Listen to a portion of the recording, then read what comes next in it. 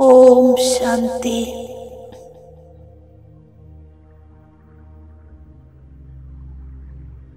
ഞാൻ മസ്തകത്തിൽ പ്രകാശിക്കുന്ന ഒരു ഡയമണ്ടാണ്.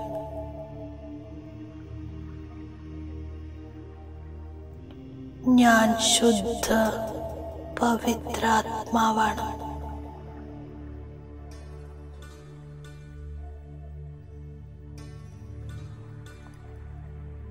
സംഗമവാസി ശ്രേഷ്ഠ ബ്രാഹ്മണ ആത്മാവാണ്.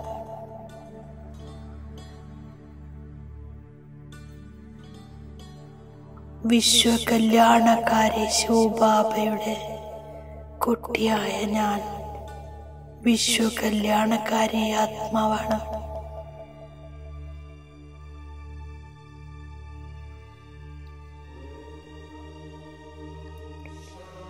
വിശ്വസേവാധാരി ബാബയുടെ സമാനം ഞാനും വിശ്വസേവാധാരിയാണ്. ആത്മീയ സേവാധാരിയാണ്.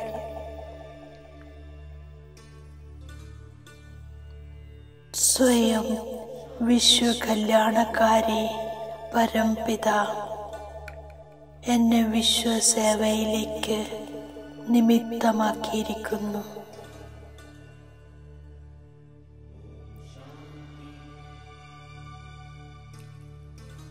ഞാൻ വിശ്വസേവയിൽ സ്വയം ഭഗവാന്റെ സാക്ഷിയാണ്.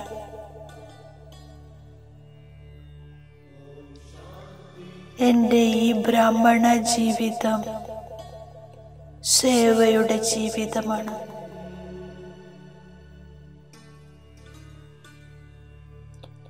ഏത് സങ്കല്പം ചെയ്യുന്നുവോ അതും സേവയിലേക്ക് വേണ്ടി.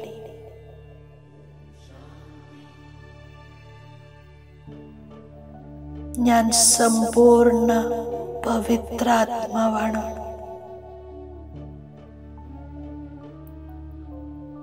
ആത്മാവായി ആത്മാവിനെ കാണുന്നു.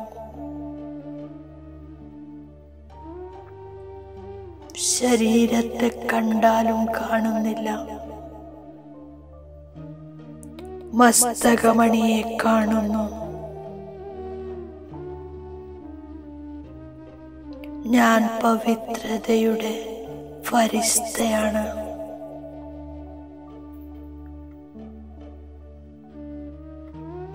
എൻ്റെ മസ്തകത്തിൽ ബാബയുടെ സ്മൃതിയുടെ തിലകം പ്രകാശിക്കുന്നു.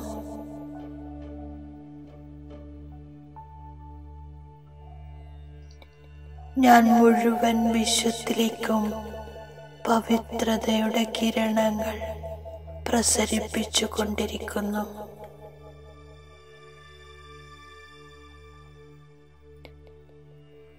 പവിത്രതയുടെ കിരണങ്ങൾ വിശ്വത്തിലെ ആത്മാക്കളുടെ അനാദി സംസ്കാരം ജാഗൃതമാക്കുന്നു.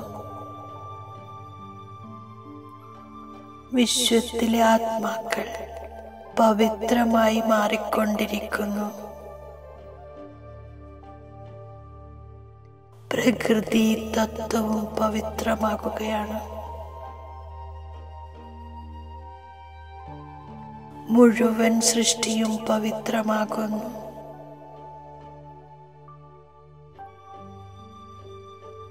വിശ്വത്തിൽ പവിത്ര രാജ്യത്തിന്റെ സ്ഥാപനം വീണ്ടും നടക്കുകയാണ്.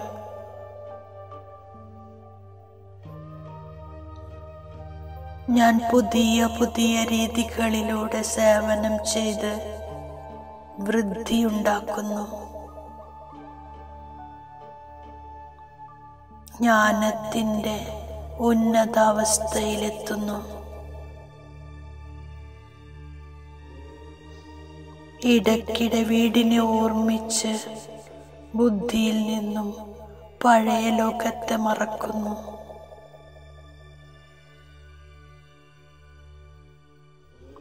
ഈ മൃത്യുലോകത്തിലെ കണക്കുകൾ അവസാനിപ്പിച്ച് അമരലോകത്തിലേക്ക് പോകണം.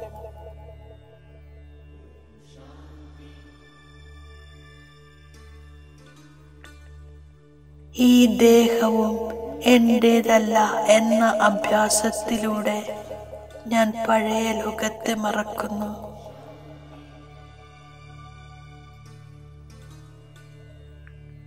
ഈ പഴയ ലോകത്തിലിരുന്ന് ഞാൻ എന്റെ പരിപക്വ അവസ്ഥയുണ്ടാക്കുന്നു.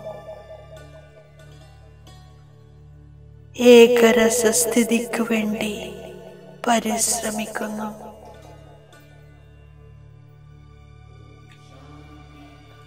പ്രദർശനിയിൽ സർവർക്കും മനസ്സിലാക്കി കൊടുക്കുന്നു.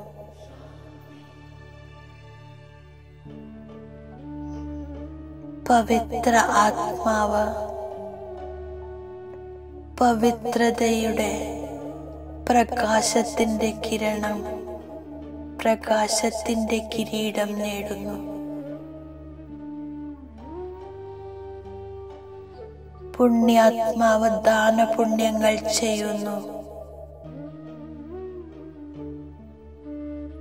ഇതിൽ നിന്നെല്ലാം ബുദ്ധിയോഗം വിടുവിച്ച് ഞാൻ ബാബയുമായി യോജിപ്പിക്കുന്നു.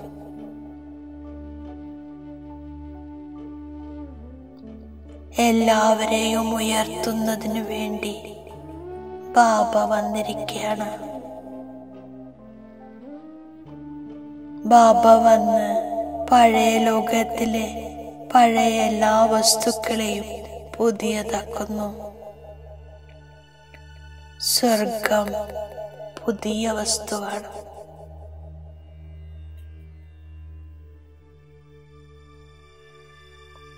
ജഗദംബ രാജയോഗത്തിന്റെ തപസ് ചെയ്യുന്നു. പിന്നീട് സത്യയുഗത്തിൽ സ്വർഗത്തിന്റെ അധികാരിയായ രാജേശ്വരിയാകുന്നു. ഈ സത്യമായ മാർഗം ആളുകൾക്ക് നൽകിക്കൊണ്ടിരിക്കുന്നു. ബാബ പറയുന്നു, ഭക്തർക്ക് സ്നേഹത്തോടെ മനസ്സിലാക്കി കൊടുക്കണം. ജ്ഞാനത്തിന്റെ ഉന്നതിയിലെത്തണം. സേവനം ചെയ്യുന്നില്ലെങ്കിൽ പിന്നെ ഉയർന്ന പദവിയിൽ എങ്ങനെ എത്തും? ഞാൻ ദേഹസഹിതം എല്ലാം ത്യജിച്ച് ഒരു ബാബയുടേതാകുന്നു.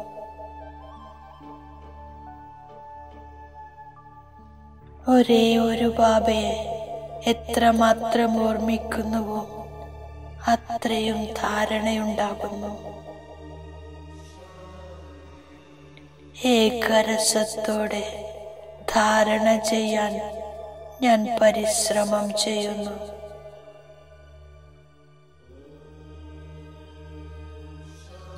പരിപക്വ അവസ്ഥയാകുന്നതുവരെ ഈ പഴയ ലോകത്തും ശരീരത്തിലും വസിക്കുന്നു.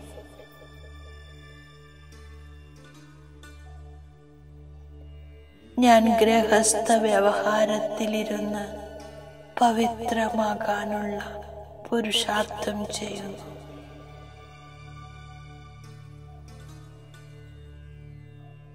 ഈ മൃത്യു ലോകത്തിലെ കണക്കുകൾ അവസാനിപ്പിക്കുന്നു.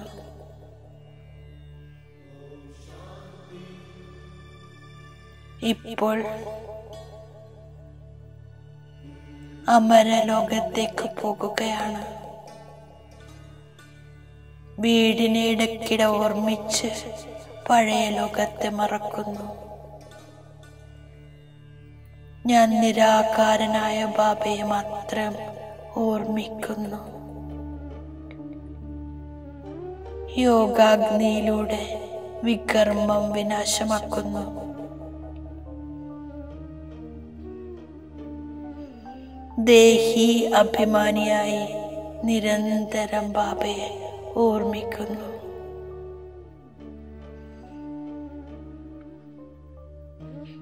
നിരാകാരനായ ഭഗവാൻ ശരീരമെടുത്ത് സംസാരിക്കുന്നു. ഗർഭത്തിലൂടെ ജന്മമെടുക്കുന്നില്ല.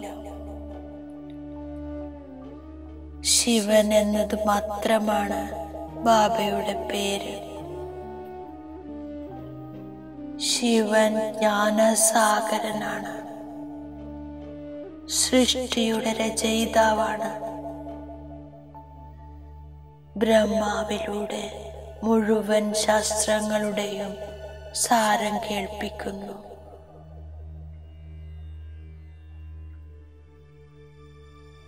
വിനാശത്തിന് മുമ്പ് തീർച്ചയായും സ്ഥാപന നടക്കണം. ഏറ്റവും ആദ്യം സ്ഥാപനം.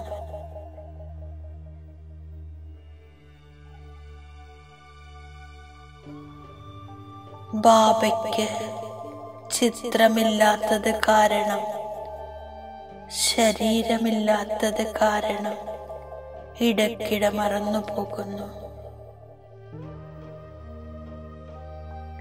ബാബ പറയുന്നു, എന്നെ ഓർമ്മിക്കൂ, പവിത്രമാകൂ, എങ്കിൽ എൻ്റെ അടുക്കൽ വന്നു ചേരൂ.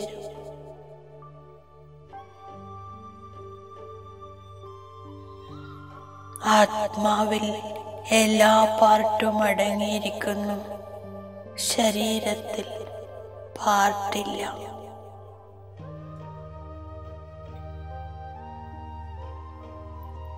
ഞാൻ ദേഹാഭിമാനം ഉപേക്ഷിച്ച് സേവ ചെയ്യുന്നു.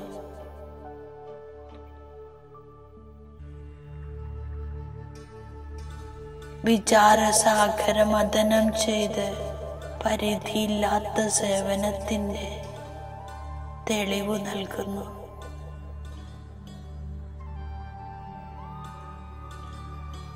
എല്ലാ പഴയ കണക്കുകളും തീർക്കണം. പഴയ ദേഹവും പഴയ ലോകവും ബുദ്ധിയിൽ നിന്ന് മറക്കണം. ബാബയുടെ ശ്രേഷ്ഠ വരദാനത്തിലൂടെ ഞാൻ മുമ്പോട്ട് നീങ്ങുന്നു. ബാബയുടെ വരദാനമാണ് ഒന്നിന്റെ സ്മൃതിയിലൂടെ ഏകരസസ്ഥിതി ഉണ്ടാക്കുന്നത്. ഏകരസസ്ഥിതി ഉണ്ടാക്കുന്നവരായ ഉയർന്ന പദവിക്ക് അധികാരിയായി ഭവിക്കൂ.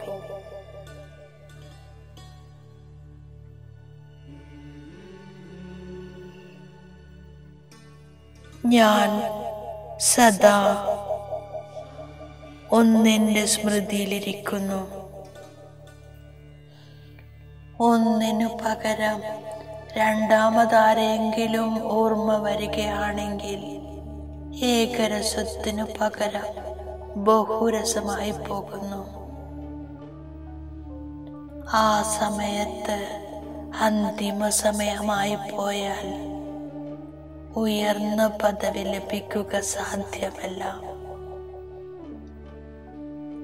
അതിനാൽ ഞാൻ ഓരോ സെക്കൻഡും അറ്റൻഷൻ വയ്ക്കുന്നു. സദാ ഒന്നിന്റെ പാഠം പക്കാക്കുന്നു. ഒരേ ഒരു ബാബ, ഒരേ ഒരു സംഗമ സമയം.